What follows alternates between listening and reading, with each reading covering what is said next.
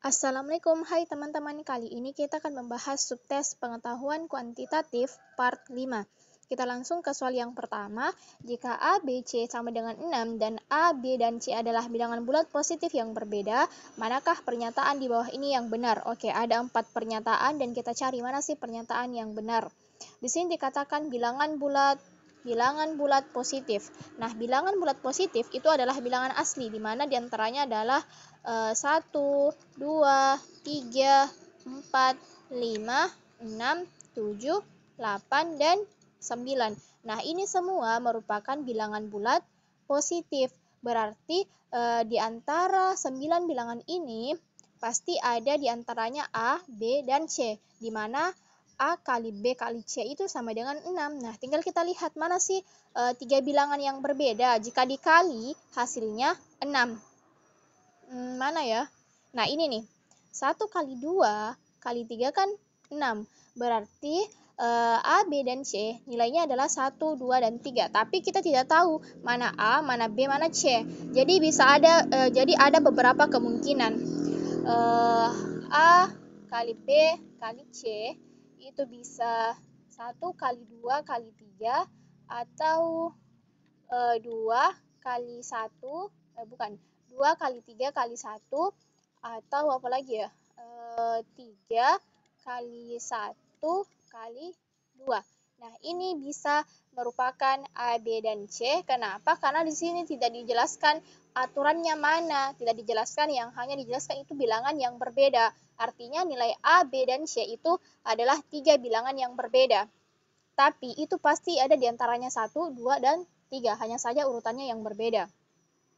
Nah, kita langsung bisa analisis masing-masing pernyataannya. Pernyataan pertama itu adalah A tambah B tambah C itu kurang dari 7.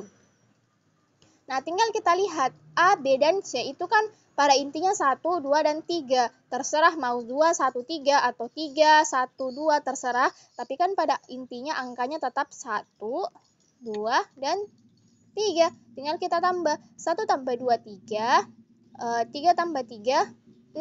Artinya ini kurang dari 7. Berarti pernyataan pertama itu benar. Kemudian pernyataan kedua. A tambah B tambah C itu sama dengan 6. A tambah B tambah C sama dengan 6. 1 tambah 2 tambah 3 itu kan sama dengan 6. Berarti pernyataan kedua ini juga benar. Next ke pernyataan ketiga. Pernyataan ketiga, A kali B dikurang C itu lebih kecil daripada 10. Nah, ini agak ribet. Kenapa? Karena angkanya itu kita harus analisis satu persatu. Kita ke asumsi yang pertama ini ya, 1, 2, dan 3. A-nya 1, B-nya 2, kemudian dikurang 3. 1 kali 2 itu 2, kemudian 2 kurang 3 itu sama dengan min 1. Artinya ini kurang dari 10. Tapi belum bisa kita ambil kesimpulan bahwa pernyataan ketiga ini benar karena masih ada asumsi yang kedua dan ketiga. Coba kita lihat asumsi yang kedua. 2, 3, dan 1. 2 kali 3 itu 6. 6 kurang 1 kan 5. Nah, ini tetap kurang dari 10. Coba kita lihat asumsi yang ketiga. Asumsi yang ketiga adalah 3 kali 1 kemudian dikurang 2. 3 kali 1 itu 3. 3 dikurang 2 itu 1. Nah, ini juga tetap kurang dari 10. Jadi mau itu asumsi 1, 2, 3 itu tetap hasilnya kurang dari 10. Artinya pernyataan ketiga ini juga benar. Pernyataan keempat, A, B, dan C bilangan genap. Nah, ini sudah pasti salah karena bilangannya 1, 2, dan 3. Nah, ada bilangan ganjil yaitu A dan C, sedangkan bilangan genapnya adalah B atau terserahlah. Tapi pada intinya hanya ada satu bilangan genap dan dua lainnya adalah bilangan ganjil. Berarti kalau kita lihat jawaban yang paling tepat adalah opsi yang A, 1, 2, dan 3 saja yang benar. Kita lanjut ke soal nomor 30. Seorang pemilik rumah ingin mengganti lantai kamar tidur yang berukuran 11 meter x 12 meter dengan menggunakan ubin yang berukuran 20 cm x 20 cm. Berapa ubin yang diperlukan? Nah, soal ini gampang, cuman ada 2 operasi, yaitu perkalian dan pembagian. Jadi, ini kita kali 11 kali 12. Kemudian ini juga kita kali 20 kali 20. Nah, hasil yang ini, hasil perkalian yang ini, nanti kita bagi dengan yang ini akan menghasilkanlah berapa ubin yang diperlukan. Coba kita kali ya. 11 kali 12. Bentar. Kayaknya ini satuannya beda ya. Ini meter, kemudian ini sentimeter. Berarti kita harus ubah dulu nih. 11 meter, kalau kita ubah ke sentimeter itu sama dengan 1100 sentimeter. Untuk cara mengubahnya kalian sudah paham ya lah. Kemudian 12 meter, kalau kita ubah ke sentimeter itu sama dengan 1200 sentimeter. Nah, ini kita coret nolnya, ini kita coret 100. Jadi 110 kali 120, ini 0, 0, 0, 0, 1 kali 2 itu 2, 2 kali 1 itu 2, kemudian 0, 1, dan 1. Ini berapa? 0, 0, 2, 3, 1. 13.200. Kemudian selanjutnya 20 kali 20. Oh, ini cukup. Kita hilangkan saja nolnya ya, karena tadi juga kita hilangkan nolnya 1, berarti ini.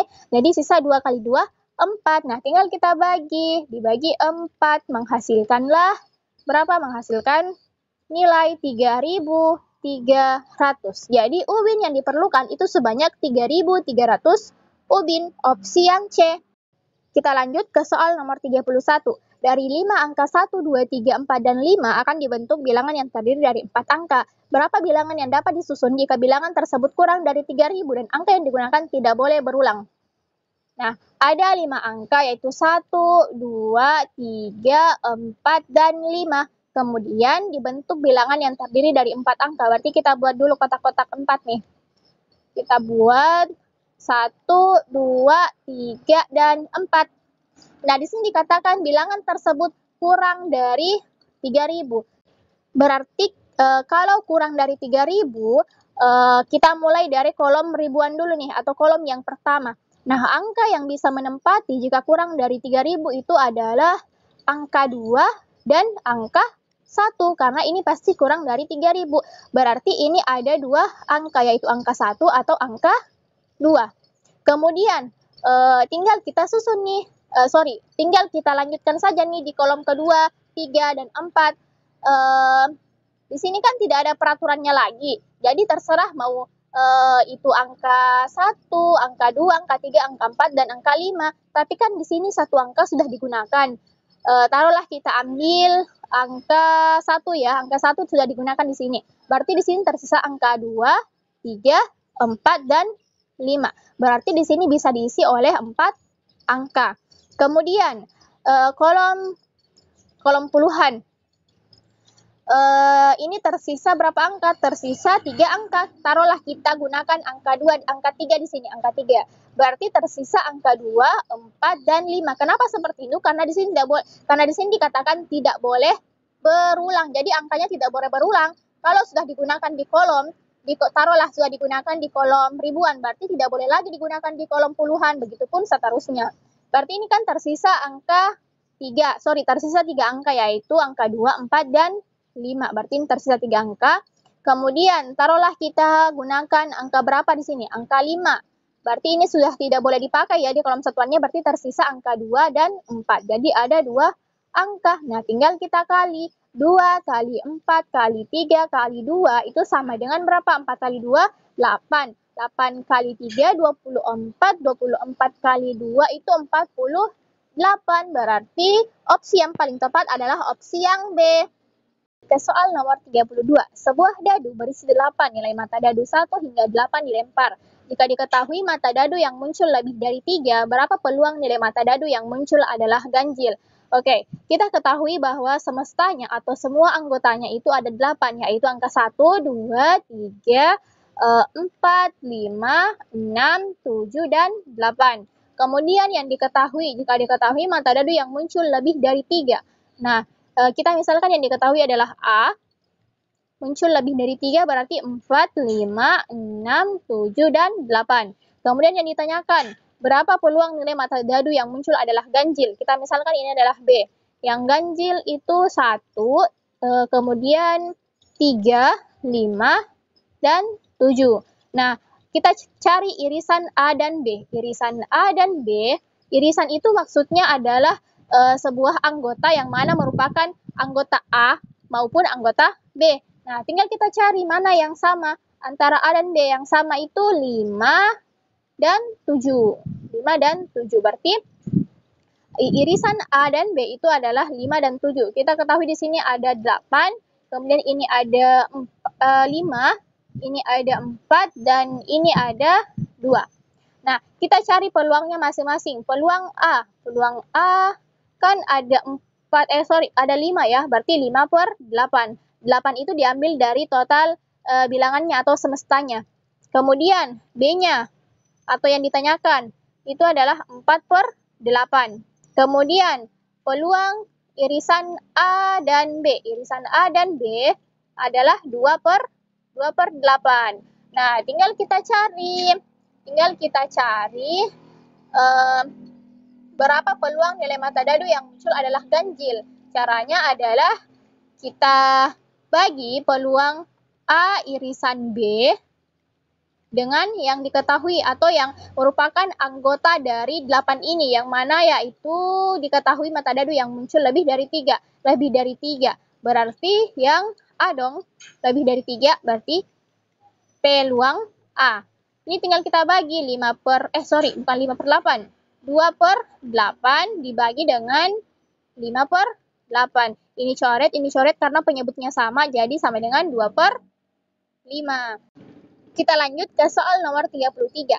Alif ingin menyusun komik-komiknya pada rak buku. Posisi komik berdiri dimulai dari sisi sebelah kiri ke kanan dengan panjang rak 0,7 meter. Komik-komik tersebut terdiri dari 3 genre A, B, dan C, dan setiap genre memiliki nomor urut. Komik-komik ini akan disusun berdasarkan genre mulai dari A, B, lalu C. Dan setiap genre diurutkan berdasarkan nomor dimulai dari yang paling kecil. Banyaknya komik dengan genre A ada X plus 9, komik dengan bergenre B ada X min 2, dan sisanya adalah X plus 3. Jika ketebalan komik 0,7 cm dan semua komik memenuhi rak, maka komik genre B nomor 19 akan berada pada urutan. Oke, kita harus ketahui dulu nih, berapa sih total komik, baik itu komik A sampai komik C. Kita harus ketahui berapa sih totalnya semuanya. Nah, caranya kita bagi antara panjang raknya yaitu 0,7 meter dibagi dengan ketebalan komik yaitu 0,7 cm. Kita misalkan banyaknya komik itu sebagai K. Ini caranya panjang rak dibagi dengan tebal komik. Nah, panjang raknya adalah 0,7 meter dan tebal komik adalah 0,7 cm. Berarti kita harus ubah dulu nih menjadi cm. Nah, 0,7 meter itu kalau kita ubah ke cm sama dengan 70 cm. Berarti 70 cm dibagi dengan 0,7 cm itu sama dengan 70 dibagi 0,7 sama dengan 100. Berarti banyaknya komik itu ada 100. Nah, di sini diketahui bahwa A, B, dan C atau komik bergenre A, B, dan C itu totalnya adalah 100. Kemudian tinggal kita masukkan nih, banyaknya komik dan genre A ada X plus 9, berarti X plus 9. X plus 9 ditambah yang B X plus X min 2. Kemudian yang C X plus 3. X plus 3 sama dengan 100. Ini kita jumlahkan, X-nya ada 3, berarti 3X ditambah 9 kurang 2 itu berapa? 7 tambah 3 itu 10. 3x plus 10 sama dengan 100, berarti 3x sama dengan 100 dikurang 10 sama dengan 90, berarti x-nya sama dengan 90 bagi 3 sama dengan 30, berarti x-nya adalah 30. Kemudian yang ditanyakan adalah semua komik memenuhi rak, maka komik bergenre B nomor 19 akan berada pada urutan. Nah, kan kita ketahui A itu komiknya kan dimulai dari yang A, kemudian B, kemudian yang C. Berarti kita harus ketahui dulu nih total komik A. A itu sama dengan X plus 9. X-nya 30 ditambah 9, berarti sama dengan 39. Komik bergenre A itu ada 39. Setelah komik bergenre A tersusun, selanjutnya komik bergenre B. Nah, yang ditanyakan kan genre B nomor 19. Tinggal kita tambah 19 di sini. 39 tambah 19 sama dengan 58. Berarti urutan komik bag nomor 19 akan berada pada urutan 58. Opsi yang C. Soal nomor 34. Pak Kasir, seorang tukang kayu, dapat memotong satu balok kayu dalam waktu 6 menit. Setiap hari ia bekerja selama 8 jam, termasuk 60 menit istirahat. Jika suatu ketika ia mendapat pesanan 500 balok kayu, berapa hari waktu minimal yang ia perlukan untuk menyelesaikan pesanan itu? Nah, di sini diketahui bahwa dalam 6 menit, Pak Kasir itu dapat memotong satu balok kayu. Berarti kalau dalam 60 menit atau 1 jam, Pak Kasir itu dapat memotong sebanyak 10 balok. Nah, di sini diketahui ia bekerja selama 8 jam setiap hari, termasuk 60 menit istirahat. Artinya 60 menit ini tidak termasuk. Jadi, total kerja Pak Kasir selama sehari itu sama dengan 8 dikurang 60 menit atau 1 jam, berarti 7 jam. Nah, berarti balok kayu yang bisa dihasilkan selama sehari itu 7 kali 10 sama dengan 70. Nah, ini adalah 70 balok dalam sehari. Kemudian, jika suatu ketika ia mendapat pesanan 500 balok kayu, berapa hari waktu minimal yang ia perlukan untuk menyelesaikan pesanan itu? Nah, tinggal kita bagi 500 dibagi 70 itu sama dengan berapa sih? Sama dengan 7,14. Nah, karena di sini 7,14 berarti kita bulatkan menjadi 8 hari. Jadi, waktu minimal yang ia perlukan untuk menyelesaikan pesanan itu adalah 8 hari. Mungkin dari teman-teman ada yang bingung atau ada yang bertanya-tanya, kenapa sih ini tidak dibulatkan ke bawah menjadi 7? Kenapa harus dibulatkan ke atas menjadi 8? Nah, memang soal-soal seperti ini harus kita bulatkan ke atas. Kenapa? Ya, pakai logika saja. Taruhlah ini kan 500, dapat diselesaikan selama 7,14. Kalau misalnya kita bulatkan ke bawah, artinya ini tidak genap atau tidak pas 500 balok. Bisa saja ini hanya sekitar 490-an. Sekitar 49 balok kayu. Jadi itu tidak genap 500. Jadi kita harus bulatkan ke atas supaya menjadi 500 balok. Jadi dibulatkan ke atas menjadi 8 hari. Karena kalau kita bulatkan ke bawah itu tidak cukup 500. Artinya kurang sedikit. Mungkin kurang 1 atau 3 balok sampai ke 500. Jadi harus dibulatkan ke atas. Jadi yang paling tepat adalah opsi yang D. Lanjut ke soal nomor terakhir. Jika A plus B sama dengan 12, B plus C sama dengan 10, C plus D sama dengan 16, maka A plus B sama dengan, oke, kita tulis dulu yang diketahui. A plus B itu sama dengan 12, kemudian B plus C itu sama dengan 10, dan C plus D itu sama dengan 16. Nah, yang ditanyakan adalah A plus D. Nah, ini kan bisa kita ubah bentuknya menjadi B sama dengan 12 min A. Tinggal kita masukkan B plus C, kita masukkan ke ini ya, ke bentuk yang kedua. B plus C sama dengan 10. B-nya kan 12 min A, berarti ditambah C sama dengan 10. Berarti min A plus C sama dengan 10 dikurang 12 itu min 2. Nah, ini bisa lagi diubah bentuknya menjadi C sama dengan min 2 plus A. Kita masukkan ke bentuk yang ketiga, C plus D. C plus D sama dengan 16. Nah, C-nya kan sudah diketahui yaitu min 2 plus A. Min 2 plus A ditambah D sama dengan 16. Berarti A ditambah D sama dengan 16 dikurang 2. Apakah dikurang? Tidak ya, ini ditambah karena yang tadinya minus menjadi positif. Berarti 16 tambah 2 sama dengan 18. Berarti ini sudah selesai karena yang ditanyakan adalah A plus B. Sedangkan di sini A plus B. Nah, A plus B itu sama dengan 18. Opsi yang D. Nah, ini cukup mudah dan soal-soal pengetahuan kuantitatif part 5 cukup sampai sini dulu. Dan sampai jumpa di pembahasan soal-soal selanjutnya. Terima kasih.